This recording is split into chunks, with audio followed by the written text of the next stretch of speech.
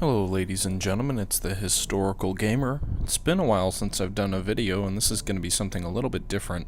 I've recently been playing Kerbal Space Program, which is a game which puts you in command of a space program. It's currently still in a pre-released state, so the game is not officially released, although you can get it on Steam. Thus far, it's strictly a open sandbox game where you basically design rockets and explore a solar system which is largely based on the Earth's actual solar system.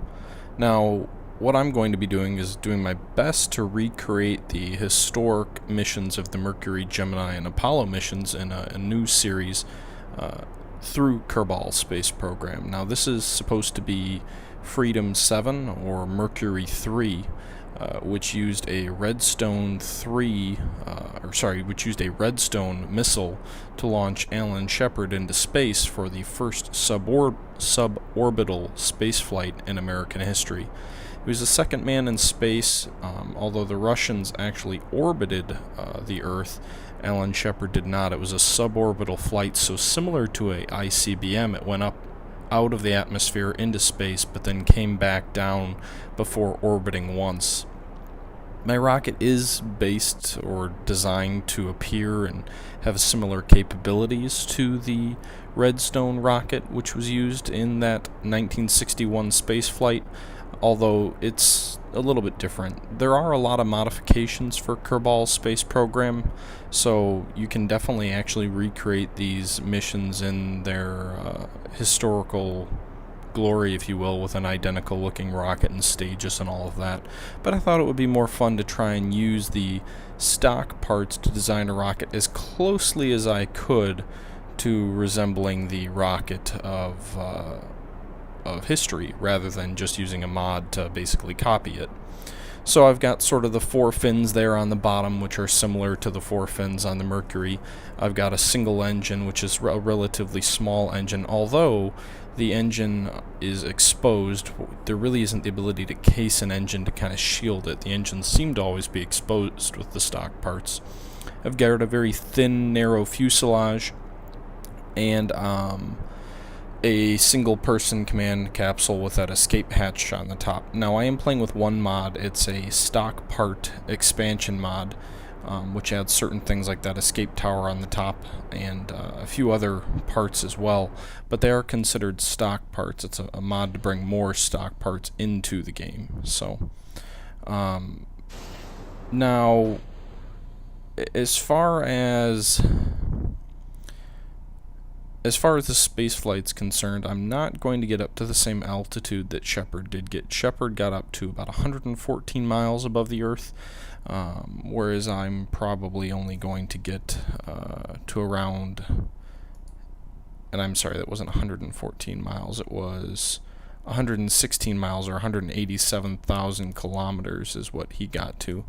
Now, here's my path. We're in the map screen. It looks like I'm going to get to 80,000 meters, which roughly 80 kilometers, so only about half the altitude of what Shepard actually got to. Now, technically, space on Earth is considered to be 100 miles, although NASA does issue astronaut wings to anyone who goes above 80 miles. So I'm closer to that 80-mile marker in space, if you consider that. Not so close to the 100-mile marker, given that 1 mile is 1.6 kilometers, and I'm only going to get up to about 80,000 kilometers, so won't quite reach that 80-mile mark. Still, it's a suborbital flight. Like I said, it's similar to what an ICBM would do. It would launch up into the atmosphere, it would separate from the main stage, and then it would re-enter all in one fell swoop, which is what I'm doing here. Now, the capsule's a little bit different than the actual Mercury capsule. You see there I've got some solid rocket boosters on the outside, kind of to act like my retro rockets. I could put a retro rocket underneath the command module, or not the command module, but the capsule, like was in the real spacecraft. However, that would have required making the rocket look far different, and I didn't want to do that. I wanted to try and keep the rocket appearance similar.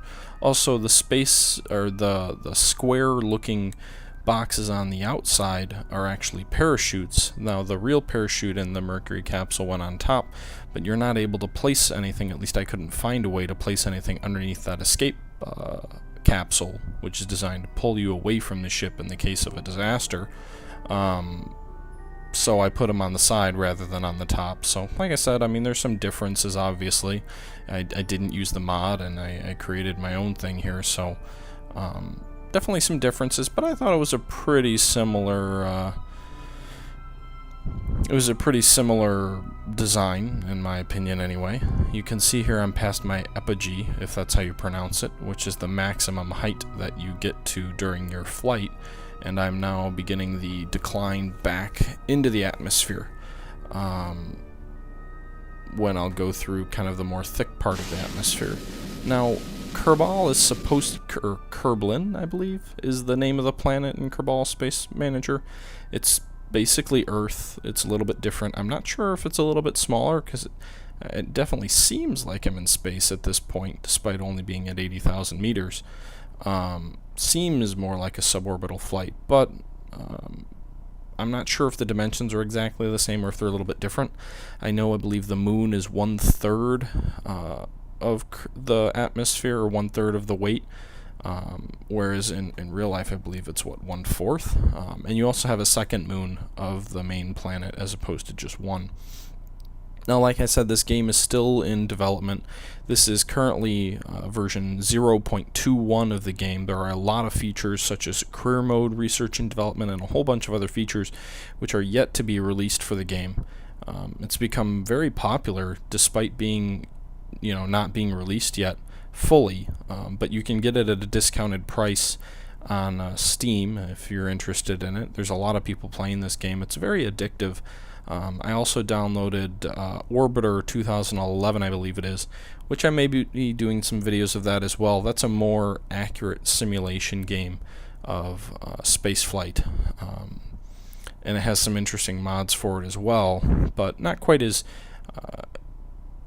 creative. You don't have quite as many options for creating your spaceflight, your spacecraft. It's more supposed to be based on real spacecraft, whereas this is you get to create your own. That's more of a simulation. This is more of a game, but a simulation as well. It's been very popular with a lot of people, as well as supposedly NASA. So there you see me going through the atmosphere there. I went through pretty quick. I survived. I didn't overheat there. You saw the flames as I was going through that more dense part of the atmosphere, and now I'm starting to slow as I kind of drift down here toward the ground. And I like to wait to hold my parachute till the very end of the flight, just because, it speeds it up if it's maybe not as smart. Usually I deploy the chute at about 1 kilometer above the surface, so less than a mile above the surface. Doesn't leave a whole lot of time to slow down. I'm sure there's no way you'd deploy it that shallow in real life, but for game's sake, you see my astronaut there in the bottom right. Looks like he's having a good old time. They never seem to look concerned, though, unless you're going really, really incredibly fast and maybe too fast. They never really seem to freak out, even if you cut your chutes and you fall straight down into the water. They don't really seem to mind. They just look like they're having a blast. So I don't know what to make of that. But anyway, here we're down to deploy just over 1,000 meters here. We're about 8 minutes into the flight. The historic flight by Alan Shepard lasted about 15 minutes, as I said previously, and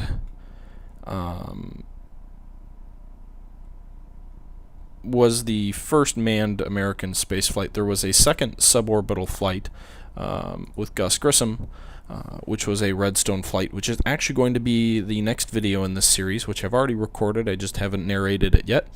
I'll talk a little bit more about the Mercury program in that video. This was more of an intro to what this series is going to be.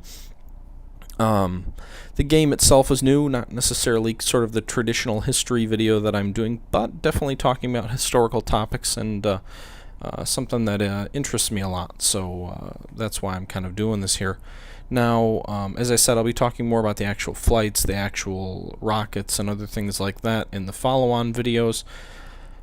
And then the third video will be my best attempt to recreate the Atlas rocket used in the later Mercury flights, the ones that were actually able to get in orbit. I had a pretty small rocket there. I did pretty well, I think, for my rocket's capabilities, but there's no way that rocket's going to get me into orbit.